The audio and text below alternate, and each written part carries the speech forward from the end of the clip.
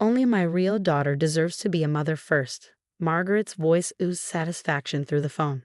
I swapped your fertility meds for sugar pills weeks ago. Amanda needs this more than you. My fingers curled around the edge of my desk, the rage simmering beneath a veneer of calm. Thank you for confirming that, Margaret, I said evenly. Silence stretched across the line. She'd expected sobbing, begging, anything but this cold composure. My name is Olivia Chen. I'm 32 years old, and I just received verbal confirmation that my mother-in-law had deliberately sabotaged my IVF treatment. Also, her biological daughter could become a mother first. What Margaret didn't know was that I'd already discovered her treachery 3 weeks ago. What do you mean? She asked, her smugness beginning to fray. Nothing, I said smoothly. I have to go. Dr. Roberts is expecting me. I ended the call before she could speak again. Dr. Roberts wasn't just my fertility specialist. She was the one who'd helped me unravel everything. The inconsistencies in my medication, the strange shape of the tablets, the altered coding. I'm a pharmaceutical researcher. I don't miss details like that. When the first round of IVF failed despite textbook perfect conditions, something didn't sit right, so I installed a discreet camera in my home office, where I kept my medication. That footage showed Margaret using her spare key, one James insisted she keep for emergencies, to sneak in, replace my prescriptions, and smile as she worked. This is criminal, Dr. Roberts had said, jaw tight as she watched the footage. Tampering with fertility drugs isn't just cruel. It's a felony. Together, we laid a trap. I faked a second round of treatment, preserved every swapped-out pill, and documented each step. And now, with Margaret's confession on record, we had everything we needed. My phone buzzed. Amanda. Mom told me the good news. I'm pregnant. Guess you'll have to wait your turn. I stared at the screen, remembering the years of little sabotages. Accidental spills, snide comments masked as compliments, constant jabs about how a real woman would have given James children by now. And James, my husband of 5 years, had stayed willfully blind through it all. She's just traditional, he'd said. She means well. Even when I told him I suspected someone was tampering with my meds, he'd brushed it off. You're being paranoid. Mom would never. My office phone rang again. Margaret. I let it go to voicemail. A new email blinked onto my screen, my lawyer. Everything was ready. One word from me and the case would move forward. Footage, documentation, preserved evidence, and now Margaret's own voice confessing her crime. Another ping, Amanda again. Mom says you're ignoring her calls. Don't be jealous just because I'm going to be a mom first.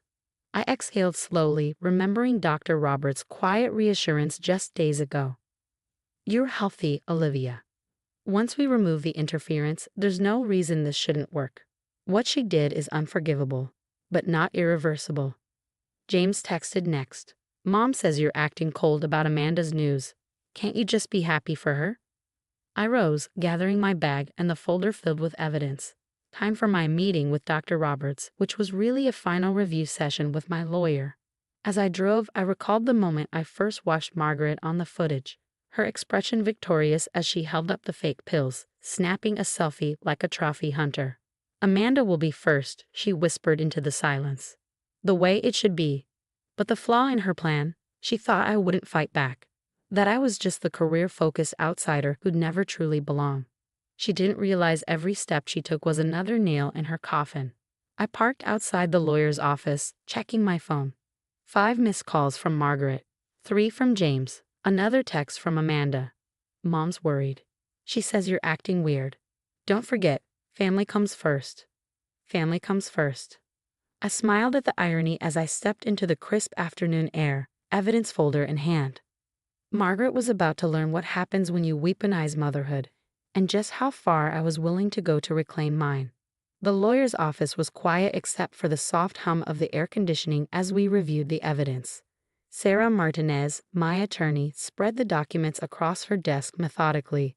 Medical records, video footage stills, photos of the tampered medications, and a transcript of Margaret's phone confession. This is more than enough for criminal charges, Sarah said, her expression grim. Tampering with prescription medications is a felony. We're talking potential jail time. I nodded, thinking about how Margaret's smug smile would fade when she realized the gravity of her actions. Another text buzzed through. James again. Mom's really upset. She says you're threatening her. What's going on? Your husband still doesn't know. Sarah asked, noting my expression. He's about to, I replied, checking the time. I've arranged a family meeting tonight. Everyone will be there. James, Margaret, Amanda, even my father-in-law Robert. Sarah raised an eyebrow. Are you sure you want to do it this way? They've all played their part in this, I said firmly. Margaret did the switching, but Amanda knew about it, and James chose to ignore every warning sign. They all need to face this together. By the time I arrived home, James was already there, pacing the living room. What's this about a family meeting? He demanded. Mom's freaking out, and Amanda says you're acting weird. I set my evidence folder on the coffee table. We'll discuss everything when everyone arrives. I've ordered dinner. Should be here in 20 minutes. James ran his hand through his hair, a nervous habit he shared with his mother. Liv, if this is about Amanda's pregnancy, it's about a lot more than that. I cut him off, my voice steady. Just wait. The doorbell rang at exactly 6. Margaret burst in first, her face flushed with artificial concern. Olivia, darling, we've been so worried. This behavior isn't like you at all. Amanda followed, one hand protectively over her stomach, while Robert brought up the rear, looking uncomfortable as usual. I gestured to the dining room where I'd set up my laptop. Please, everyone have a seat. There's something you need to see. Really, Olivia? Margaret started, if you're upset about Amanda's blessing. Play the video, I said to James, who stood near the laptop. He hesitated, then pressed play. The footage was crystal clear. Margaret entering my home office, carefully switching my medications, taking selfies with the fake pills. The audio picked up her running commentary perfectly. Amanda deserves this. Olivia's too career-focused. My real daughter should be first. The color drained from Margaret's face. Amanda's mouth fell open. Robert stared at his wife in horror. But it was James' reaction that hurt the most. The way his eyes widened in recognition, finally forced to acknowledge what he'd refused to see. Turn it off, Margaret demanded, her voice shrill. No, I said calmly. There's more. I placed the medical documents on the table. Dr. Roberts documented everything. The tampered medications, the failed treatment due to interference, the potential health risks of switching prescription drugs. You were spying on me. Margaret tried to sound outraged, but fear had crept into her voice. No, Margaret. I was protecting myself. After years of your sabotage, I knew to be careful. But this? I held up the video stills. This crossed a line. You interfered with medical treatment. You tampered with prescription medications. You potentially put my health at risk. Mom, Amanda's voice was small. You said those were just vitamins you were switching. I turned to my sister-in-law. You knew? Amanda's silence was answer enough. James stood up abruptly, his chair scraping against the floor. How could you? He asked his mother, his voice cracking. How could you do this to my wife? Margaret's facade finally cracked. I did it for Amanda. She deserves to be a mother first. Olivia's not even family. She's just some career woman Who what? I interrupted. Who loved your son. Who tried for years to be part of this family despite your constant undermining. Who wanted to give you grandchildren but had to watch you sabotage that dream. Robert spoke for the first time. Margaret, do you realize what you've done? This is criminal behavior. Actually, I said, pulling out one final document, it's worse than that. I slid the paper toward Margaret. This is a cease and desist letter from my lawyer. We have enough evidence for criminal charges, but I'm giving you a choice. The room fell silent as Margaret stared at the letter, her hands shaking. James moved to stand beside me, finally choosing a side after years of walking the fence. What kind of choice? Amanda asked, her hand still protectively over her stomach. I met Margaret's eyes across the table. You have 24 hours to decide.